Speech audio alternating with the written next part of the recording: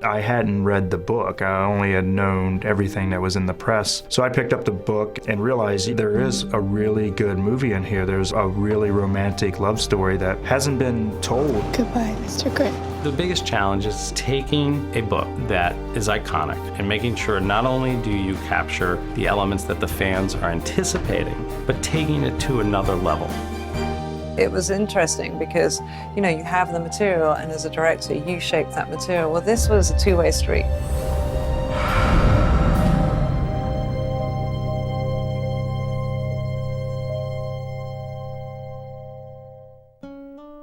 When we first met with Erica and started talking about doing a movie of the book, first she gets a little bashful when she finds out that guys have read her book because it's a lot of her inner thoughts. And so it's kind of cute and funny to talk to her about it. But I mean, we're used to it now, but initially there was a bit of uneasiness and bashfulness. I got on board as a producer, and it was important to me because this book having been born out of fandom, I wanted to honour the fans who had put me here, and it was really important for me that they be happy. That's the most important thing. So that's why I inserted myself into the process. When you've had sex, was there anything that you didn't like doing? I wouldn't know. I'm so happy it was written by a female. If it was reversed and a male was the author of this book, I think there would be a lot more questions. But because it was written from a female perspective, I think people are starting to now think, do all women like this? Do women really like butt plugs and like nipple tassels and like things like that? Genital clamps? Absolutely not. Consider them gone.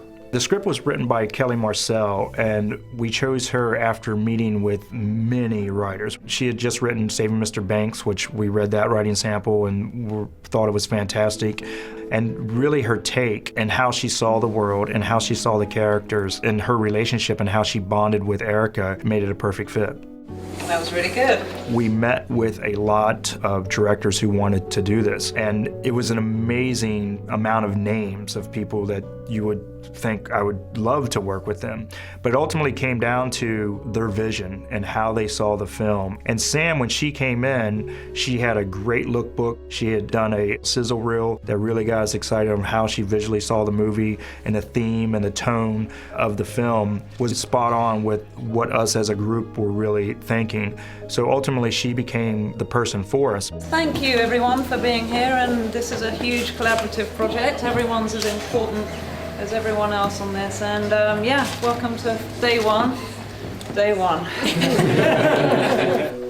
Background action. Well, the fundamental reason why I wanted to make this movie is it feels like a fairy tale, although this is a very adult version. So, you know, a young girl meets her prince. He's unavailable, he's successful, fabulous, rich, all of those things. But it sort of twists and unfolds and becomes something very different. Oh my God. But for me, you know, it's also the exploration of this girl on a sexual journey. Do you use this stuff on me? Yes. For her, it's a kind of coming of age, and cinematically, I couldn't think of anything like it. Slightly that way. There. Sam is so smart. She's so talented. She's an artist. She is a filmmaker. She has a vision for every single scene and what it's gonna look like and how she's gonna cut it. How to tell me to not put my face in that direction because I look terrible. And I'm like, thank you for that. I think also maybe when you turn there. I always felt when I heard they're making the movies that it should be a woman directing it. The books are told through Anna's perspective. It's all in her voice. So I just thought it made sense to have a woman show that.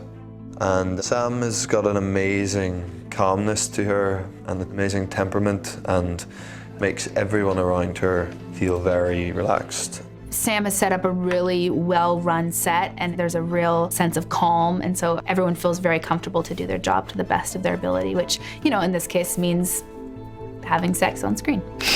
And door. Hi. You must be Anna. It's so awesome to meet you.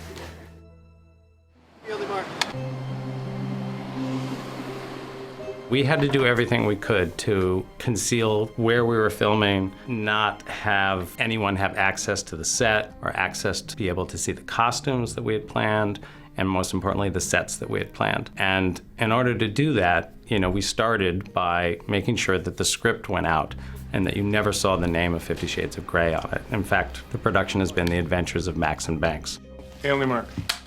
The way that title came about was that actually Max was Erica, the novelist's dog, and Banks was the screenplay writer's dog. And that's how that came about. But, they're definitely looking for Erica, they're looking for Sam Taylor Johnson, they're looking for the actors, and they're also really looking to find out not only where we are shooting, but what the sets look like. And I would say that's one of the harder things for us to do, but we've done a really good job. I mean, we have security, and we keep the set very restricted, and we've been effective at doing that. Okay, action.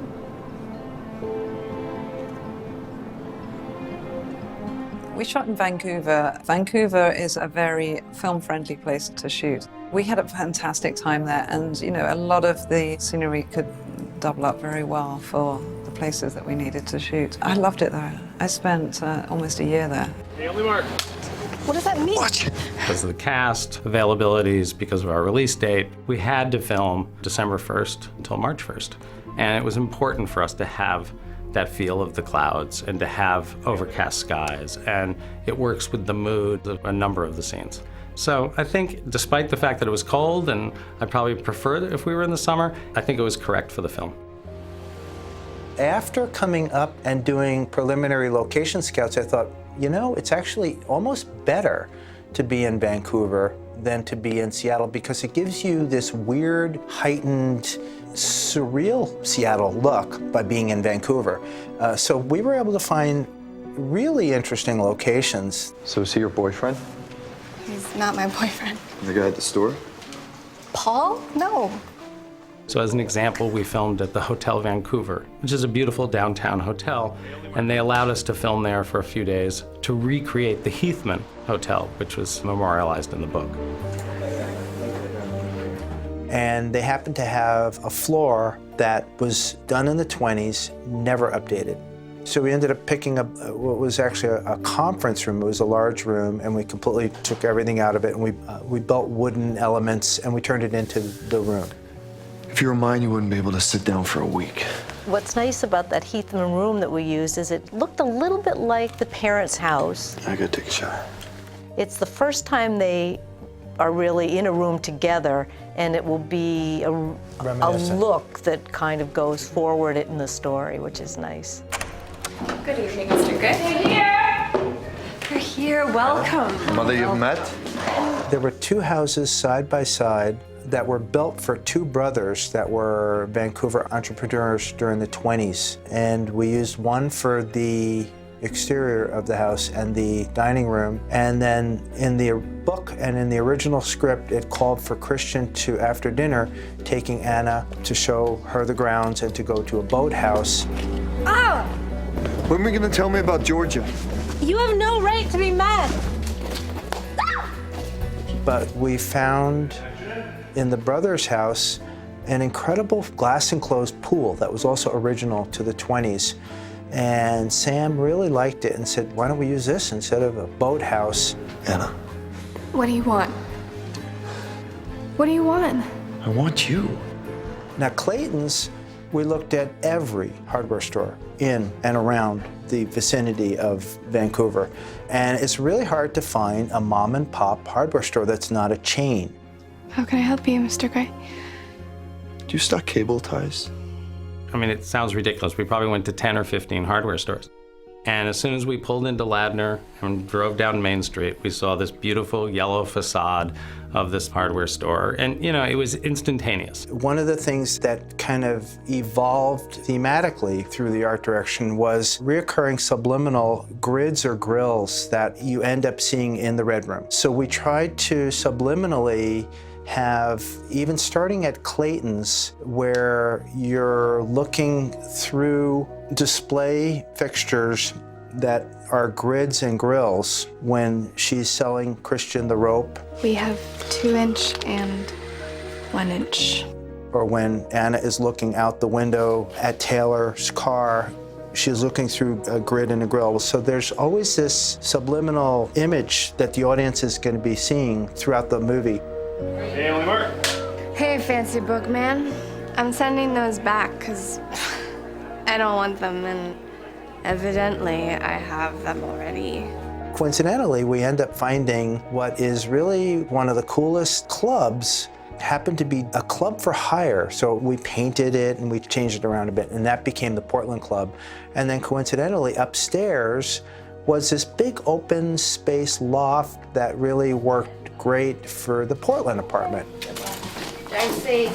So the producers were thrilled that we were able to have these two sets that were right side by side.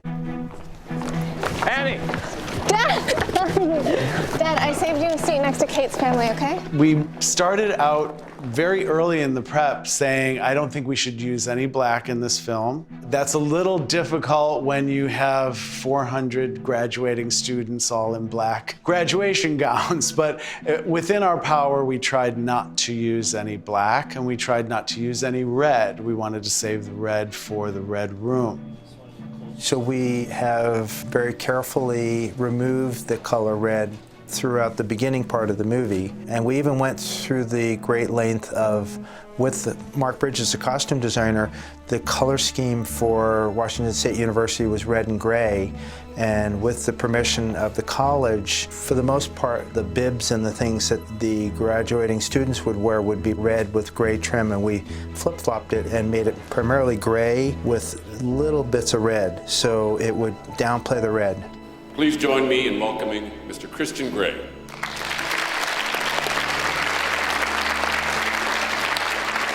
The production value on this film has been amazing. I mean, they've literally got the best in the business for every single department. So they're going to have a little bit of dialogue, TikTok, and then go back to this shot and she'll exit. Sam also chose Seamus McGarvey as the DP. He's an amazing artist himself. Every frame of the film, it's like a photograph. Maybe if the pencil is... Well, Seamus McGarvey, my cinematographer, and I have worked together for 15, 16 years now, so we have a sort of almost secret code of how we work. But, you know, he's very familiar with photography and he's very familiar with the way I work. They've made it a film. They've made it a piece of art. They know how to bring a mood to a scene that's already so intense or even has no dialogue, just with a camera angle.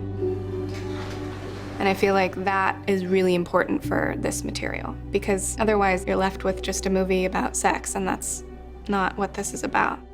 Impressive. I've done this before.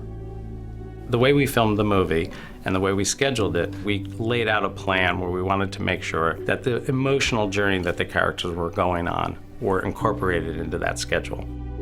There's like a change in Anna that's a change that happens when women lose their virginity. And I think that to me and Sam, is very important to see. So there's half the movie where she's a virgin and half the movie where she's not. And at first she doesn't know, and then you see in her eyes that she knows what that's like. What? You look different. I feel different. Of course you do. It's a finely balanced tuning that we had to keep in check throughout the whole film, and you don't shoot things in order necessarily, so that relationship hadn't quite sort of formed yet, that part, so it was trying to sort of make sure that was instilled in the scene and that we knew exactly the emotional temperature and to make sure that was right. We wanted to make sure, of course, to try to do the emotional, the sexual work, the really intense scenes between Christian and Anna, and make sure that they were scheduled near the end. Oh, that's nice.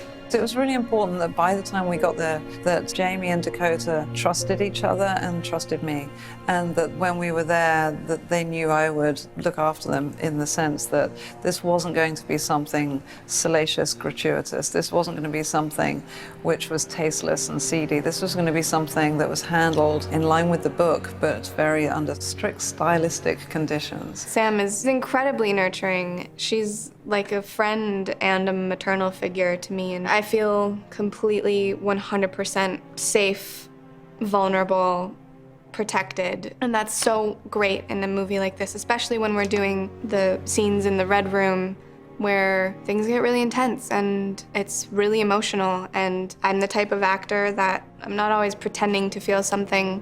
I can feel them. And I wouldn't be able to get to a place like that without feeling comfortable. And she makes me feel like I am capable of doing anything. It's really fun. We get on really well. That humor that she had when I first met her is very much still there. You know, we make each other laugh, which I think is really important. Especially I think when we get into the red room, and you know, there will be an intensity to all that, and it won't be easy for either of us, you know, it's closed set or not, it's tough to put yourself in those situations, you know, and I think you've got to have humor to get you through. I want you to be in the playroom in 15 minutes. The red room was tough, though. The red room was tough. I can't say that was fun. It was really tough because the material that we're dealing with was very sensitive, dark at times, and very emotional. Hey, only Mark. The moment in the movie where you see me see the red room, that was the first time I had actually ever seen it. I had never seen a photograph, I had never seen them building the set. They kept it away from me and I didn't want to see it because I wanted the reaction to be as genuine as possible. You're a sadist. I'm a dominant.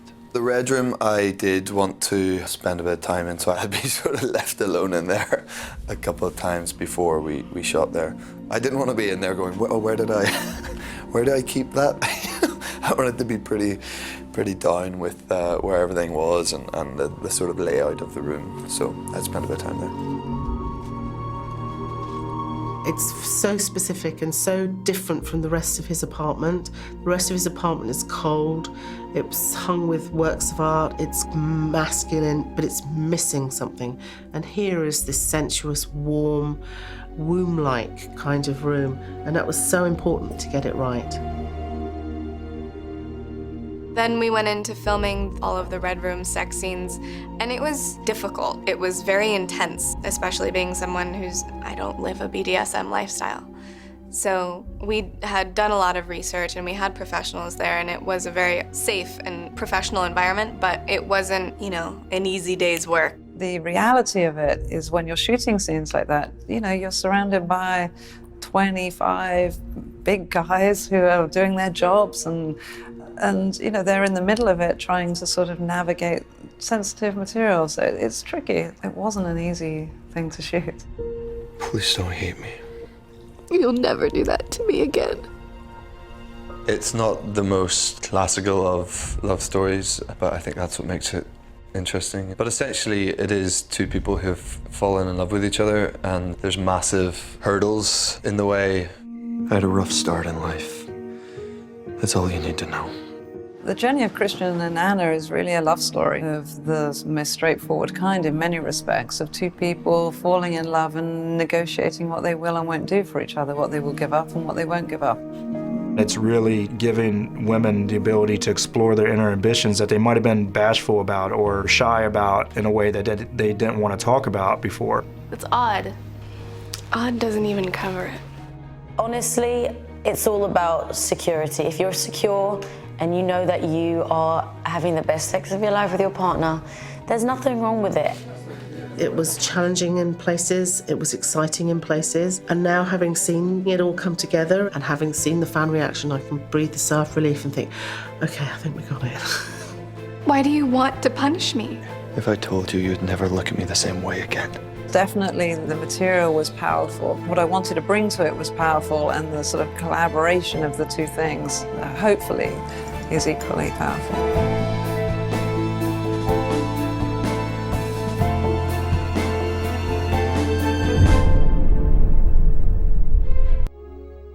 This is the only sort of relationship I have. Why? It's the way I am. I wanted the books to be very non-judgmental about everything. I don't see the world in black and white. I'm very suspicious of people who do. I think the world is all fine shades of grey. And so I decided on that for the title and for that for his name. So everything about it is ambiguous. Is this the good thing to do? Is this a bad thing to do? Is this, I mean, it's completely up to the reader to decide.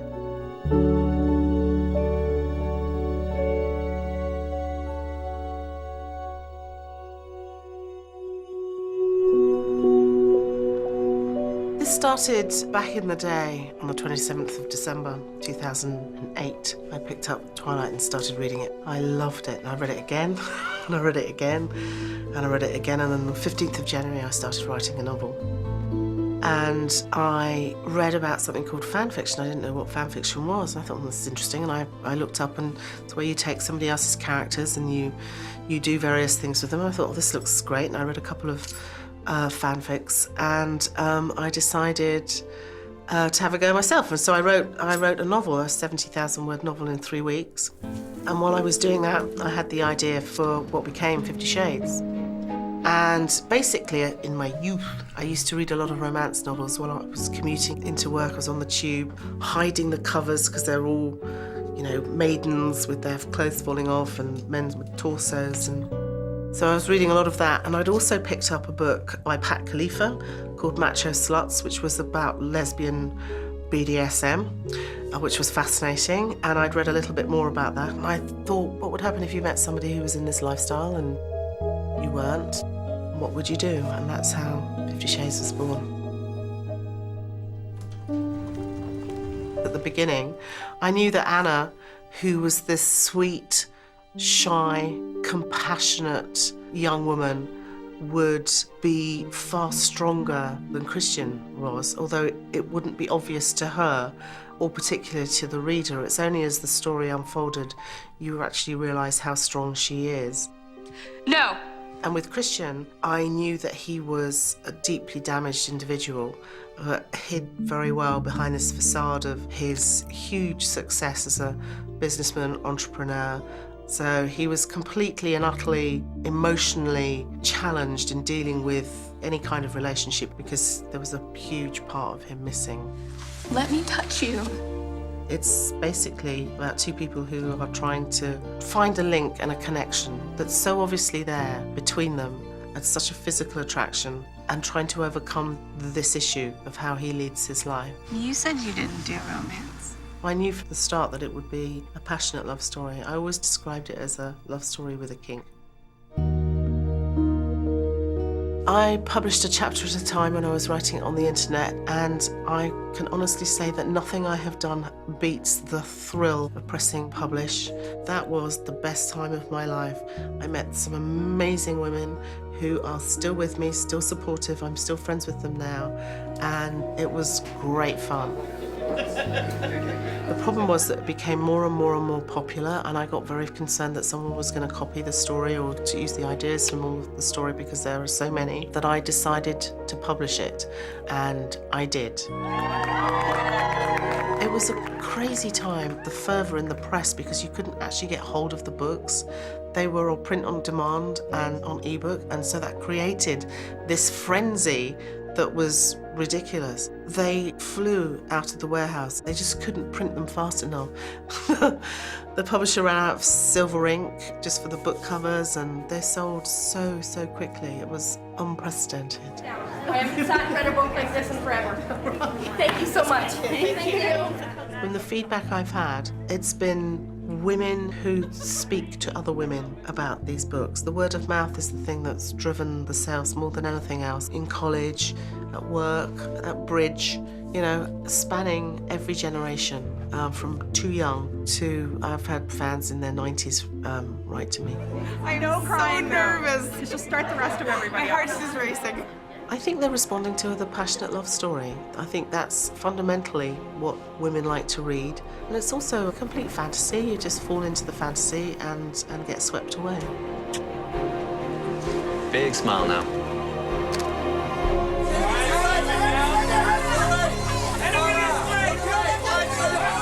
The New York screening, our fan screening that we did, was such a tremendous success. It was so wonderful to see the fans respond to the film like they've responded to the book. I was so pleased that they enjoyed what we had worked very hard to bring to the screen.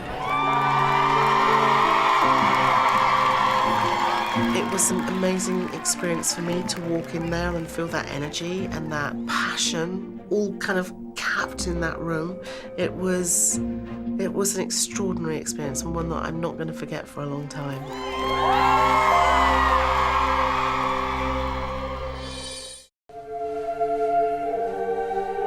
I have rules. If you follow them, I'll reward you. If you don't, I'll punish you. Like you'd use this stuff on me? Yes. With this movie, I am going to be helping out the lead, Jamie Dornan, and to some small degree, Dakota Johnson and the director in bringing a real-world understanding of BDSM into this film, 50 Shades of Grey. You know, there's a lot of misconceptions about that world, and I think that having somebody who comes from the world of BDSM, who explains very clearly to everybody what it means, what the rules are, and why there are rules, because when it's laid out in that way, it becomes very different. You're a sadist? I'm a dominant. What does that mean? It means I want you to willingly surrender yourself to me. Why would I do that? To please me.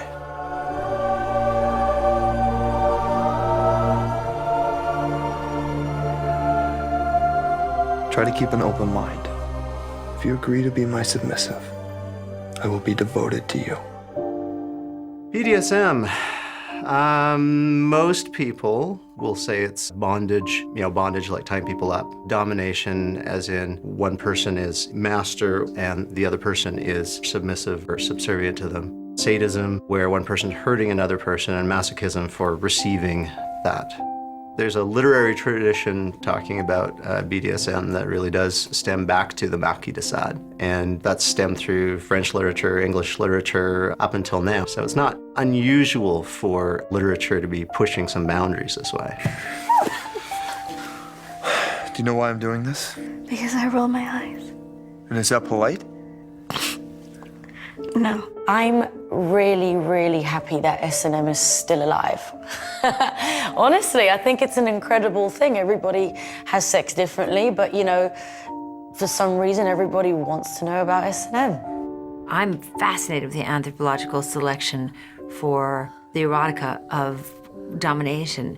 That idea of submissiveness is erotic. And Leakey, the great anthropologist, has done a lot of study about it, saying that the more we enjoy sex, the more orgasmy, the more we enjoy it, the better chance we'll have of keeping our mate for longer to feather the nest. I just wonder if genetically we didn't select for, an attraction to that, so that we wouldn't be brutalized by acts of great dominance. Is this what you want? This is a world of play and fantasy, but it's very strictly boundaried. And within that world, it's not dangerous. There are safe words, red and yellow. There are limits, and there are contracts which are signed. When you said negotiate, what did you mean? I already have a contract prepared. It's fairly detailed. You would review it, and we would negotiate what you are and are not willing to try. Pretty much everything in BDSM is pre-negotiated, and there are certain boundaries to that. So pretty much everybody who's playing in the scene has their own soft and hard limits. So a soft limit being something that is difficult for them, but they can take occasionally if they have some pre-warning maybe. And a hard limit is something that they will never do, period. You'll never do that to me again. Crossing somebody's hard limits is very much a no-no. And it's not something that anybody should be trying to do. Pushing somebody's soft limits is something that people commonly do, and commonly as part of a relationship, the submissive wants their soft limits pushed.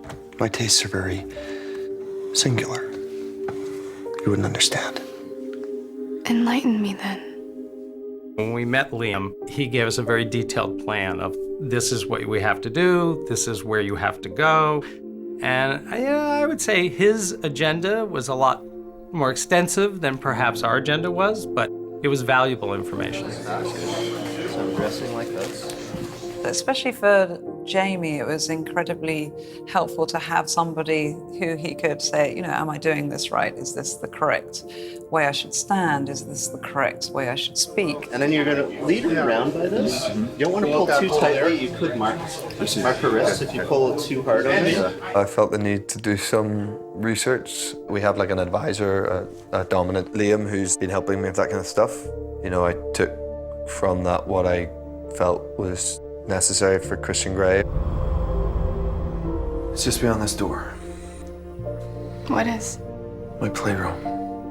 I don't want to have that much knowledge of the real like fundamentals of a BDSM relationship, because I really want the enlightenment and the shock that Anna goes through. I want it to be very real. So a lot of my research will probably come after this first one, between this one and the second one. I'm not exactly jumping at the opportunity to get whipped and tortured in your red room of pain. That room is much more about pleasure. Promise you. The Red Room's basically a collection of props and beds and cabinets and things and tools to allow him to get off on what he's into. Harder. Harder. It's great. Doesn't hurt at all. It makes a great noise. You know, I was very interested in doing the Red Room of Pain. Not so much what they're doing in that room, but creating a realistic and very, very thoughtful way of the objects and pieces and the actions that go on with them. And I talked to a couple people about this. Liam was one of them, but there was some other people too. Is that if you're in that sort of scene, if that's something that you're interested in doing, and you had an unlimited budget, what would you do? What would you have in that room? What would a man of Christian stature be using? He would have something handcrafted from Japan flown in. He would have things which, you know, were expensive. He wouldn't be going to, you know, a low-end, cheap sex shop. Sam was very specific. She wanted the leather to have the feel of like a very high-end, almost like a Hermes sort of feel to it. She was very specific about color. If you walk into a store that sells this sort of thing, those colors don't exist, really. So ultimately, we ended up making pretty much everything. We're being faithful to the Clayton hardware store red rope that is like the right diameter for bondage. You know, again, Liam has his input on that, and we talked to him a lot about ropes and about the colors, and the color was very carefully chosen. And we've made cuffs that are custom built for Dakota's size, that are a very specific color with all brass hardware, and all the handles of the implements are walnut and hand turned, and we oil them and we make them look beautiful. And so every piece is actually handmade, and that's how we're doing that. This is a movie. This is a fantasy movie that maybe will let each of us embrace the kinkier eroticism in ourselves with greater ease and greater knowledge. Christian is an expert at what he does, and that's good. So I hope, don't try this at home, children, or at least read the labels first for people who are trying it. This is what I want. I want it with you. Yes, I think it's absolutely possible to have long-term stable relationships in this lifestyle. You know, whatever lifestyle you choose, having stable relationships is really more about, you know, how you're able to communicate, how you're able to express your own needs. I can leave. Do you want me to go? No. No, that's the last thing I want. Just like any kind of relationship, if you can communicate, express your needs, and get them met, then that's really the key to happiness. And it doesn't matter if this is BDSM or Leave It to Beaver, right? I want you to be in the playroom in 15 minutes. Abusive family situation from a crack mother who had an abusive pimp. He came to the hospital having been very hurt and abused, burnt with cigarettes. And so she immediately took him in and raised him from 4 on. But the dysfunctional memories that create certain behaviors and certain fears came from that earlier time. Violence for a child makes them feel worthless, makes them feel they're not worthy of love. They've been abused, therefore it must be their fault. They must not be worthy. I'm 50 shades of fucked up. He was so out of control of his life, and then was introduced to this way of going into like a bubble of control. He now is the dominant, and he's the one in control, and that's the thing that has turned his life around and has made him successful and powerful and admired. The only thing about him that he understood to be powerful and making money. So those two things created someone who wasn't connected to other human beings, other women, in a more loving way. Hearts and flowers. That's not something I know. Let me touch you.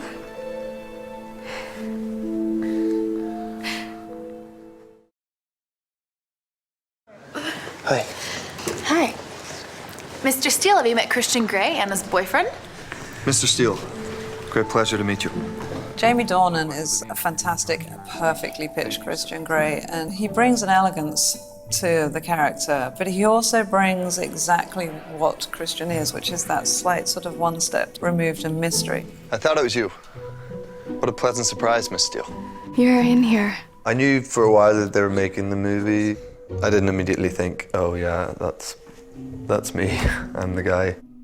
I was told to make an audition tape, but then I had to fly to LA and test. Jamie came in and was cracking jokes the whole time and was like trying to out-joke me. He made it light, and that was so different from what other people were doing, and it was really awesome, really refreshing. And then like it was such a whirlwind after he came in. Everyone was kind of flipping out, like rushing around and like lots of phone calls, because it was just a really big moment. It was like a big day.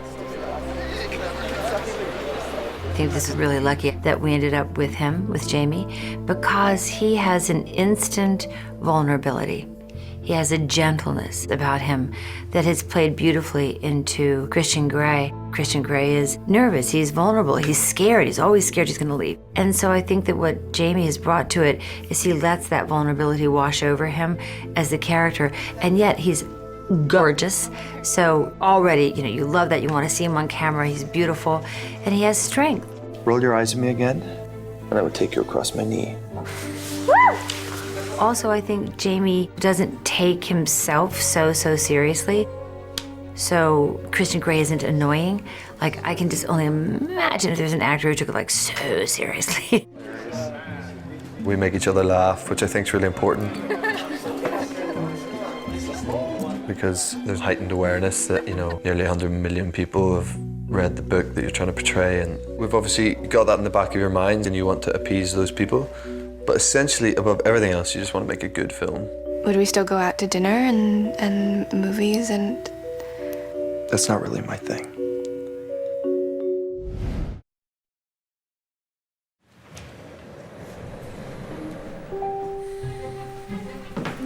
Would you like a drink? Yes, please. It's an extraordinary challenge to take on a story with this kind of popular acceptance and fan base, and realizing that so many people have read it, and realizing that so many people have envisioned every room and every place in this story is daunting in many ways, and you have to just kind of, put that aside. It was David Wasco and Sandy Wasco. They came with such a sort of vast knowledge and such the perfect sensibility for creating extraordinary spaces, such as Christian's apartment and the Red Room.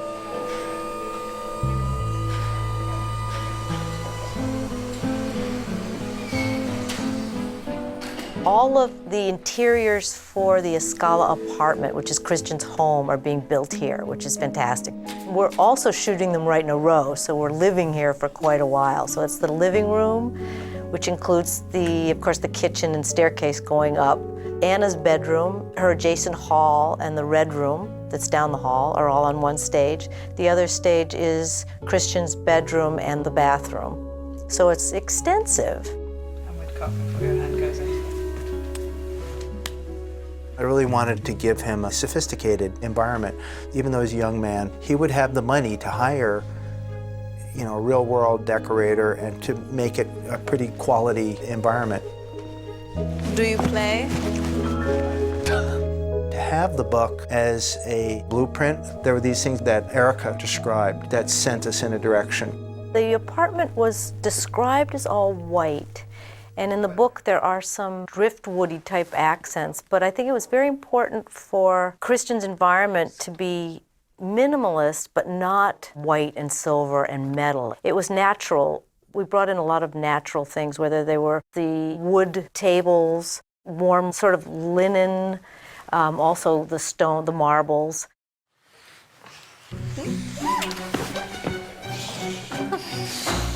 We built a lot of the furniture in that set. A local concept illustrator, art director, designed quite a few of the pieces of furniture for the penthouse, so they were custom built just for this. If There was a real Christian Grey, and he had unlimited money and he had taste. Okay, who were the artists that he would collect? And with Sam's knowledge of the art world and her friends, it opened doors more than what I'm used to, where there was sort of this just flood of interest. Really great, big and unknown artists that were friends of Sam's or people that she knew that were willing to allow their pieces in the movie. Taylor, there's absolutely no need for you to announce me. There is no need for you to show me in. I'm perfectly comfortable in the apartment by myself. We're shooting on a sound set, but outside are the tops of skyscrapers. It's amazing the loss of balance you feel when you walk into that. Just because of the outside windows, you feel like you're that high up. And it's very beautiful, very elegant, very big spaces, uncluttered. It's lovely. Christian's bedroom, it's mostly green. We kind of went to sort of solid colors. There is a sea green color behind the headboard. In the book, there's a large seascape painting behind the bed, and so we have a seascape painting by a local artist. Then the white room, which is Anna's bedroom, and we put up in there de Gournay British wallpapers. It's very lonely, all white, very pure, very beautiful. Let's get you cleaned up.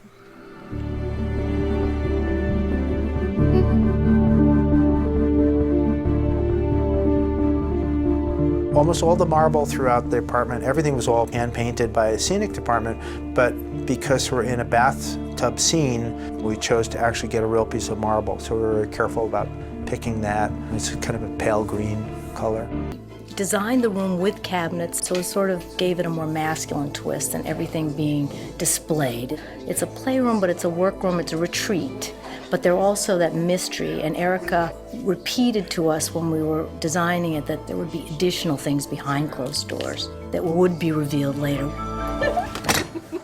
Okay, now no, you can't touch that. Stay there. Sam steered us to referencing tack environments which were stables, how certain things were hung in a very orderly fashion on walls with pegs, so it was a lot of horse ephemera and things. You have a metal grill that has to articulate. The grill was supposed to work mechanically through motors, and then Sam changed that to become analog. She wanted to give Christian the business of grabbing the grill and clicking it down and the noise that it would make. Yeah, I remember walking in and just thinking, this is quite extraordinary. I've not seen anything on film quite like this. Wait, it's like SNL. What's around? This is SNL.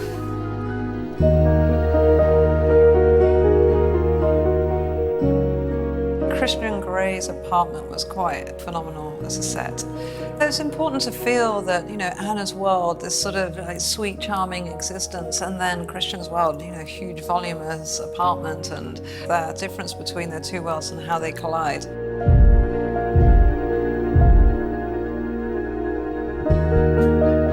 Whoever took on this job and worked with me, we were going to create something that resonated with the readers of the book and their images of what that could be, but also made something sort of slightly otherworldly and extraordinary too.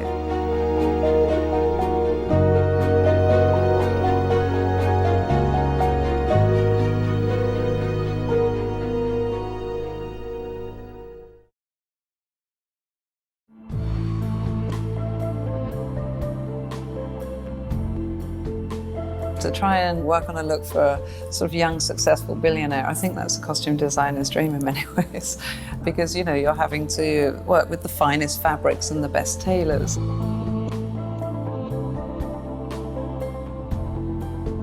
It's very emotional what we use color-wise. You know, it's what you feel like you want to say about the character, about the mood at the moment. You know, Christian is very much the cool colors, the grays, the blues. Hello.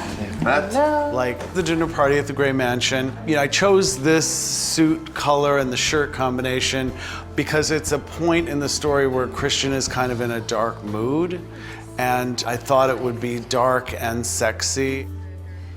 You're mine. All mine, you understand? I felt that a very modern look and a very strong look for Christian suits would be the single-breasted peak lapel look. It's a classic look that's been around since the earliest part of the 20th century. Always looks strong, always feels leading man. We manufactured most of his shirts, all of his suits, except one casual suit. Is this what you want? We even made the silver necktie. We had a lot of choices, many swatches, and we finally settled on this one, which for my taste had a little bit of a texture and interest to it, but didn't overpower or take away from Jamie's face when we were in a close-up. Nice tie, by the way. It's recently become my favorite. I don't wear a suit often in the real world, so it's nice when you are getting the opportunity to, that you're wearing ones that are made purely for you, you know? So hopefully I get to keep one or two I haven't asked. Christian Grey's outfits are, as I would say, the bomb. I got my first tailor-made suit because I was inspired by, you know, all the like outlandish suits and things that he had. I was like, I'm gonna go get a tailor-made suit. Ready? Whenever you are. I put these three together to show you how he evolves to open up and change once Anna comes into his life. This is how we first see him, very structured, very businesslike. I'll walk you back. The next, he takes her on a small coffee date. It's still guarded with the vest protecting the heart area, but it's a little more open, and trying to be more of a regular guy, it's also worn with blue jeans. Good evening, Anastasia. This is for when he has his first real date with Anna, and you can see that he's really trying to court her. It's open. It's one level, it's a different color, and has a little flair of a pocket square. And so in subtle ways, we find him opening up and wrapping his mind around becoming part of her life. Where have you been? Waiting.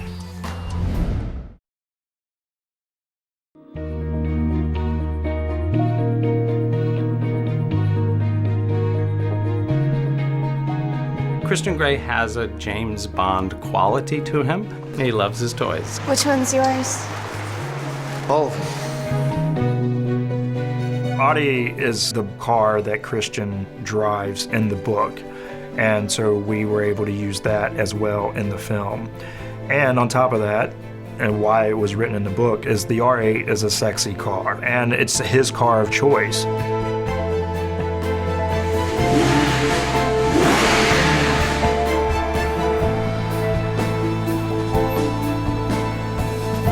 Here, a gift for you.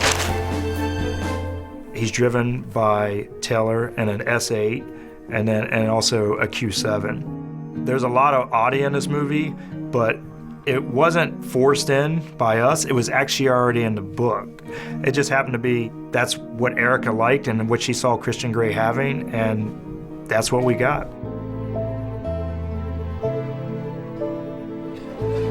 Charlie Tango. Charlie Tango. There we go.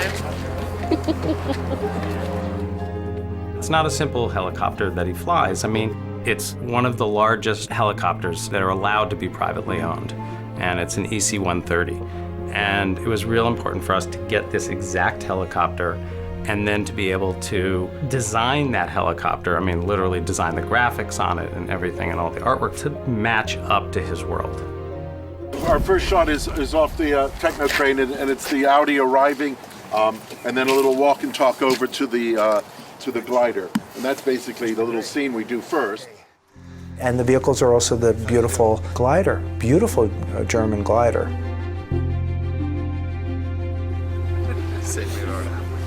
Swing your leg up over the, there you go. Nice to be seen.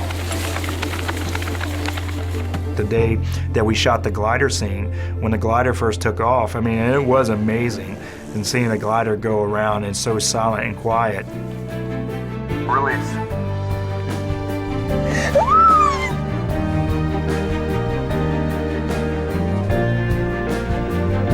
Look, women, they love a sexy car, they love a sexy helicopter, and the glider, and that's what I think is a big part of the attraction to Christian Grey. Oh my God, God, that was incredible, Christian.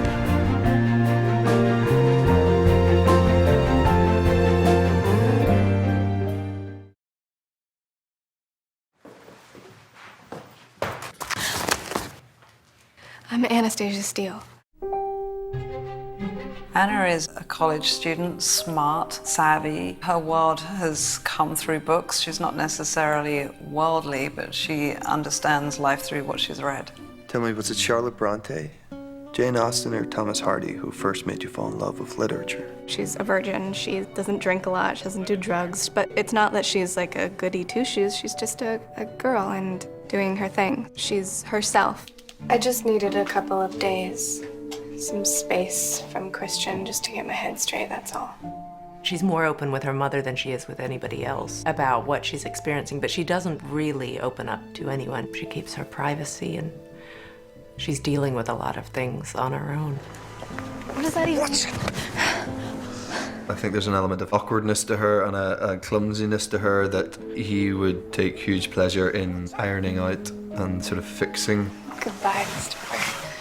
She has a lot of qualities that are great for someone to be submissive and to control and be demanding of. So essentially, at her core, she has a lot of those elements that he's attracted to.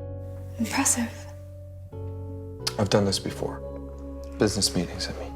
I think that she's a little intimidated. I mean, a lot intimidated by him, and she's never been intimidated by someone. But also, she's a person with feelings and opinions, and she's not a pushover. She's gonna stand up for herself, so she does. And then that challenges him. You want to leave, Yes. but your body says different. I don't think that his power or wealth has anything to do with what she feels for him. I think it's the way he sees her. I think it's the way he looks at her, and I think it's the way he understands her upon knowing her for 4 minutes.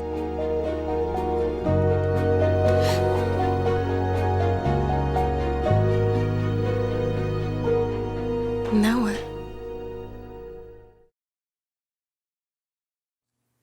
What about you? And ask me something that you want to know. That was a bold statement. Dakota Johnson came in very early on and read for the part, and it was one of those moments where I knew the part was hers. She has the wit and charm and intelligence of Anna, and she brings that life into that character like I can't imagine anyone else doing. Hi. By the time I read it, everyone had already read it, so I knew the gist, and I knew, obviously, that it was a sexually explicit book. But part of the reason why I was just so excited about a film like this is because it is controversial. It is something that a lot of people might hate and a lot of people might love, and that personally makes me excited. We have to have something silly where you just stop and be amused by her cuteness. There was a sense of wanting to find someone who could bring like a bit of lightheartedness and humor to such dark material. And since I can't take anything seriously ever, I think that's maybe why it worked out with me. Hello. Matt. Hello. How do you do? That's my father. Pleasure to meet you. Nice to meet Forgot his name. And one thing that's interesting to point out about Dakota is the pedigree of actors that she comes from in her family. T.P. Hedren, from Alfred Hitchcock's The Birds. Her mother is Melanie Griffith. Her dad is Don Johnson. So she's surrounded and grew up with actors. So that's really shown both in her ability to act and but just how she handles herself both in the press and in the public and on set. Close the doors. Close the doors. Christian.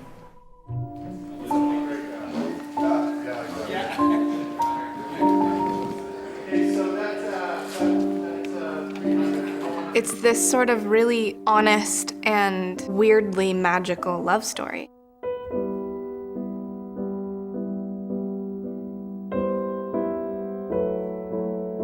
These two people, they meet each other and they both happen to be each other's Achilles heel.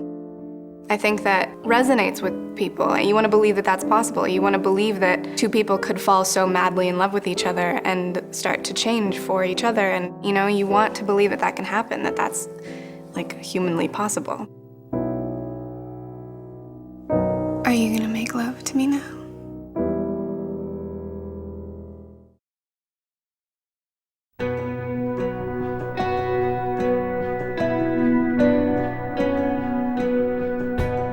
It's important to feel that, you know, Anna's world, this sort of sweet, charming existence, and then Christian's world, you know, huge, voluminous apartment, and, you know, and just to sort of create that difference between the two worlds and how they collide.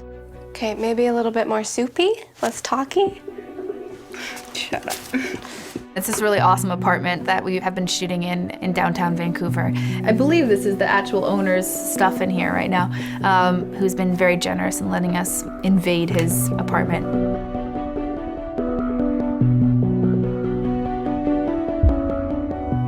The main room, of course, is a shared room, and it's sort of a shared environment with her roommate whose parents have sort of given them the wherewithal and the rent to have this kind of large, lofty space. Today we're gonna learn how to make minestrone soup. You stand in Anna and Kate's apartment, all that stuff around them that might look like kids' stuff, we anguish over. We had a same-age girl from Portland communicate with us about what's in her apartment. No, that is way too much. No, it's just the right amount. Look at me. This in the movie is Anna's room. This is not what it looks like here in the movie. But, you know, when it looks like Anna's room, it's very girly and fun, and the sort of room you walk in, you're like, oh, I would love to live here. It's her attempt at a homey environment, although it has to rely on thrift shops and maybe a couple hand-me-downs from her mom. We try to make the characters come alive. With Anna, you know, we're concerned about her computer, and we're concerned about the bits of paper that she would use, the tests that she writes.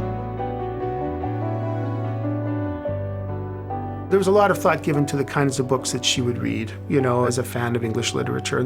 Those are sort of character details that we try to put into every character in a movie. Anna, I've been looking for you. What's up? Guess what? What? Portland Place is going to exhibit my photographs Oh next my God, month. oh my God. The funniest thing to me is that Anastasia Steele's car, she has this messed up Volkswagen Beetle. I'm a car nut, and in every movie that I work on, I try to be involved with picking the cars because I feel it's like a costume. Like, you could say so much about the character by the type of car that they drive. This is me. Didn't know I was a collector of classic cars, huh? Coincidentally, I think it was Sam's first car, same color. So that was like a no-brainer. It's gonna be a vintage baby blue Volkswagen.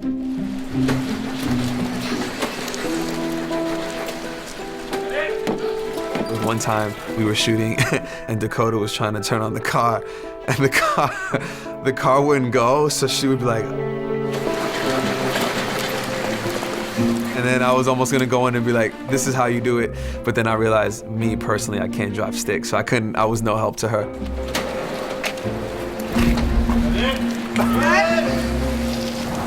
Anna, it's a package for you. Anna meets Christian and her world starts to sort of shift and change. These are first editions. Christian Grey's all about throw money at things and get his way, so he sort of tries that with Anna, and you know, there's the first editions of books, and there's all these things because that's what he thinks works. These are incredible. We got first editions of Tess the D'Urbervilles, and they're extraordinary to hold and touch. The test books were probably the first thing that I really worked on in the picture. I mean, I wasn't sure how difficult they would be to find. I knew they were going to be expensive. And I found a fantastic set in London for about just over $5,000. Christian, that's a car. You don't miss much, do you? And then the brand new A3 that Audi's coming out with next year is one that he gifts to Anna. Do you like it? Of course I like it. It's beautiful. The A3 actually has not even been seen in the United States until it'll come out in this film.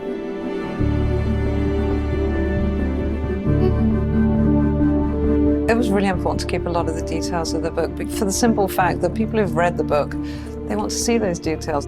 It's a fantasy dream that you want to see in reality. You have to have things like that because those are the things that bring that book to life. Oh my God.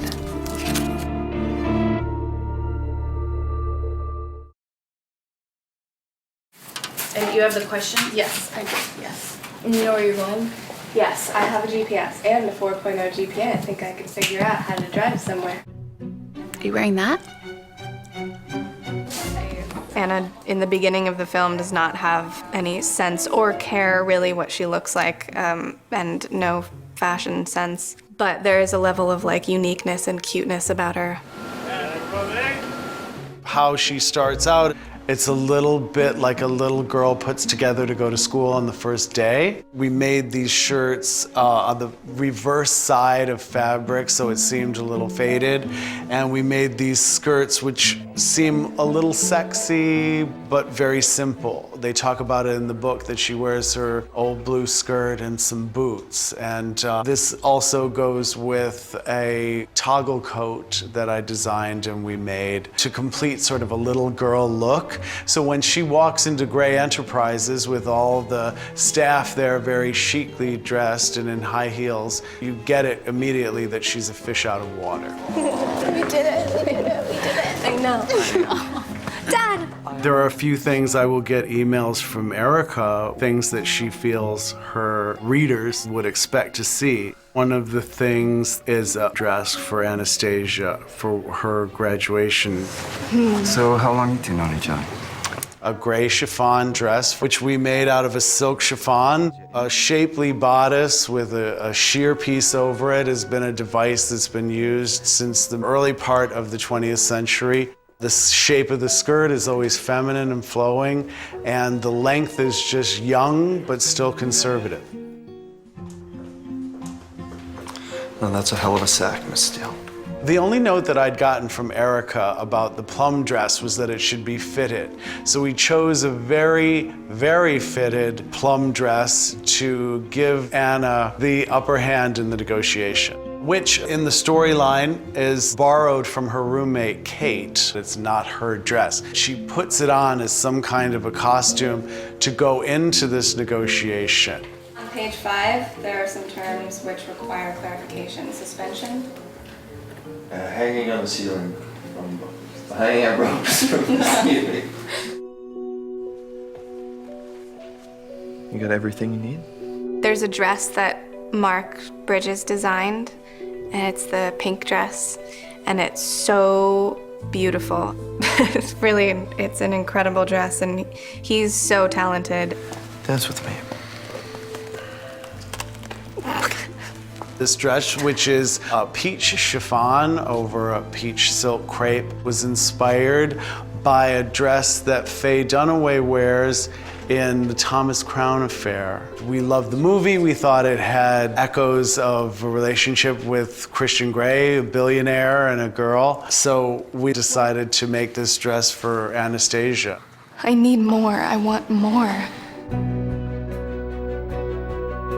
How she starts out, it's a little bit like a little girl. And by the journey that we have with her, you see outwardly that she's taken on the influence of Christian and is forever changed.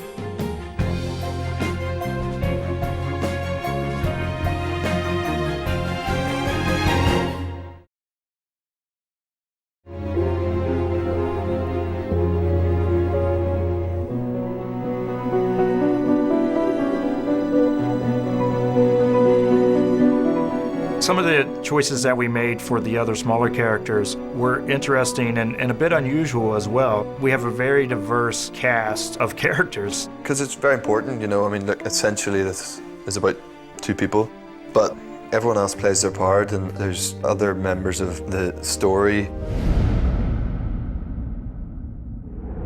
Eloise Mumford plays my best friend Kate, and she is so beautiful and so powerful in the way that she works, and she can punch it up or dial it down, no problem. And everybody talking, laughing, and enjoying themselves? Yeah! All right! She's really talented. She's a trained actor, unlike me, who's just This guy messing around over here. I'm gonna pee. I gotta pee. What? I have to pee. Okay. I think what's so exciting about it is that finally it's a book for women, and it's a book about women's sexuality, and we can claim it as our own. And door. Eloise and I, on our first day, the first scene we did was sort of a bit of a make-out scene, so that's sort of how we met. Started off with a bang, I guess. Ladies, baby.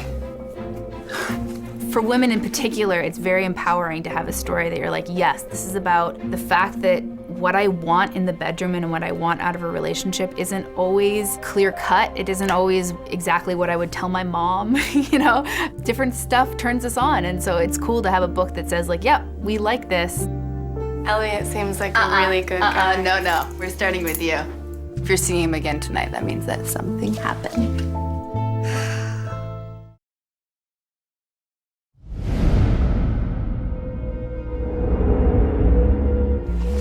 I think I wouldn't recognize you, Taylor. The role of Taylor is an important role, and Max has that strength about him. You know, even though he's sort of just looming in the background with Christian, and he's sort of hovering, looking very sort of calm and serene, you know that snap of a finger and he'll snap more than just your finger if you need him to. And Max was perfect for that. Mr. Gray will be joining us there. I had done a film, Captain Phillips, for Dana Brunetti and Mike DeLuca, and I got a call. I was in Chicago, and Dana said, hey, I got a great role for you. You know, would you be interested? And I said, yeah, I'd love to. I mean, I knew about the books. My wife has read the books, all three. I think she's rather impressed that I'm reading them also, so. I tune it down a little bit, it looks better. Yes, I need to make sure I have enough coverage on the left. Taylor's aware to a degree of what's going on. I think that from a distance he can sort of sense, you know, the relationship evolving between Miss Steele and Mr. Gray. I'm facilitating this relationship, you know, so I'm bringing her to him and allowing that to be discreet. But, you know, it's his job to stay a third party and to stay out of it. Do you think I wouldn't recognize you, Taylor? Allow me, Miss Steele. Only if you call me Anna.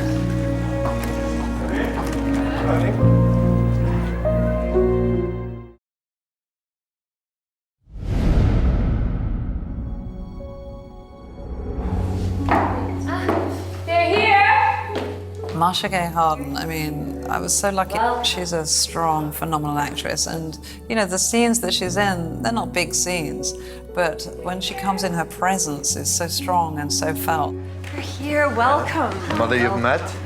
She was great to play Christian's mother, because the mother of Christian Grey needs to be honored. You see that, Christian? Some children do visit their parents now and again. I refer to the character that I play in 50 Shades of Grey as Mama Grey.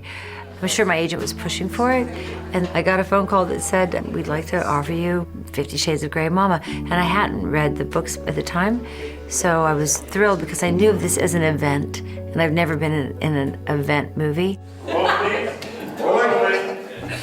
Oh my God, all the women in school. Oh my God, you're in 50 Shades of Grey. Can't believe it. I'm like, I'm the mom. I'm fully dressed.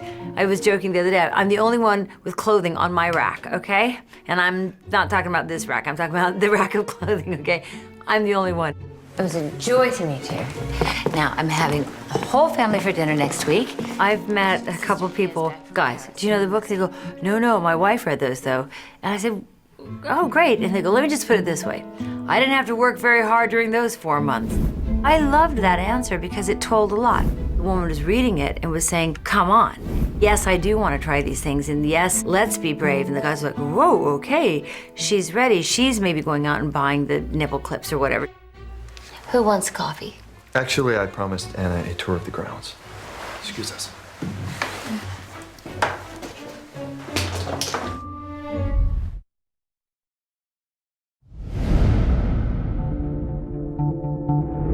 Who's Elliot? He's my brother. He's inside talking to her right now. Who is Elliot Gray? Well, he's Christian's older brother, and he's sort of the antithesis of him. He's much lighter. The words used to describe him in the script are carefree, brash. They have a bit of that joking, like sibling rivalry. Elliot, find your shoes. Some of us have work to attend to. What you're doing with Mr. Warmth here, I have no idea. I always thought of like a really jockey person for that role, And Luke is not that, and that's perfect. It's been real, fellas. He's sort of like a sexy little bad guy.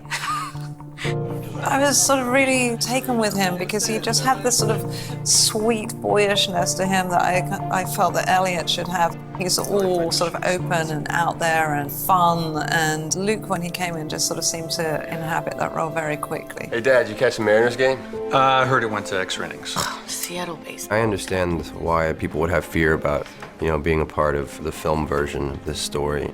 Obviously, when there's just words on paper and it's in a book, that's one thing, but when you're having to really make it real for people and bring it to life, it's completely different. I feel like that fear in me sort of went away when I met Sam. I just saw that it was, gonna be tasteful and well done.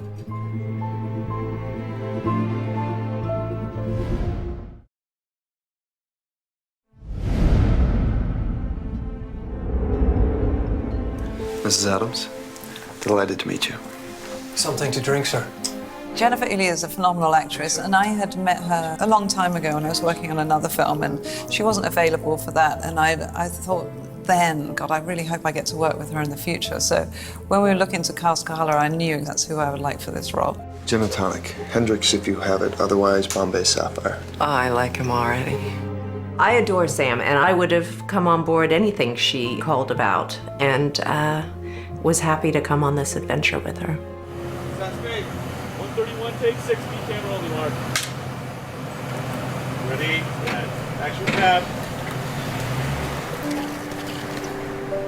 Jennifer Ely is the sweetest and just spills love all over the place all the time. She's so incredible, and there's a lot of phone scenes that we had in the movie, and we would actually speak on the phone, and when we were shooting my bits, she wasn't here, so she was at home in upstate New York, and we would speak on the phone, and it was so wonderful. I really have to go, okay? I know, I love you too. Almost everything that I had heard about the story, I didn't find to be true when I read it. I think there's so much that is written about this story that is inaccurate just because people want any excuse to write about sex, and they don't necessarily have an understanding of the books or any interest really in understanding them. I wish I could tell you that things get easier, but they don't. You just get to know yourself better. Thank you for everything, Mama. Safe trip back to Seattle, honey.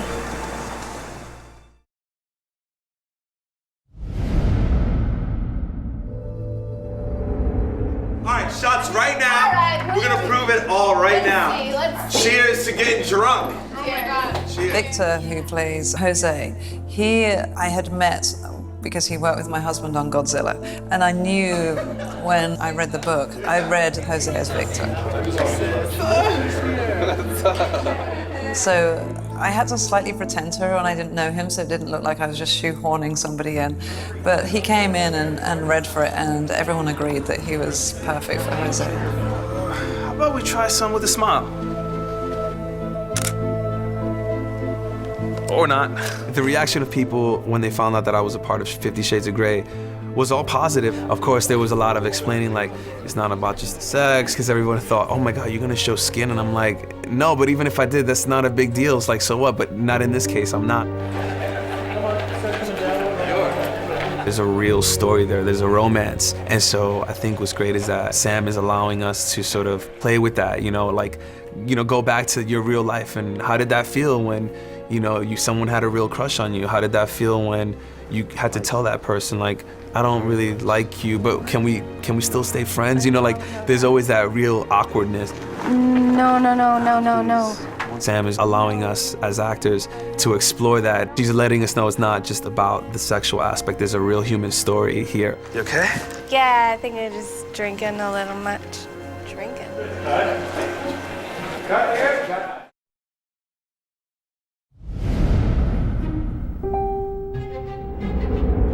Nice to meet you. You're the subject of some speculation around here. Oh my God, you exist. You must be Mia. The role of Mia, it was a fun role for someone. And, it's a small role, but nothing is unimportant. Is she here? Oh, you on my mark. exist.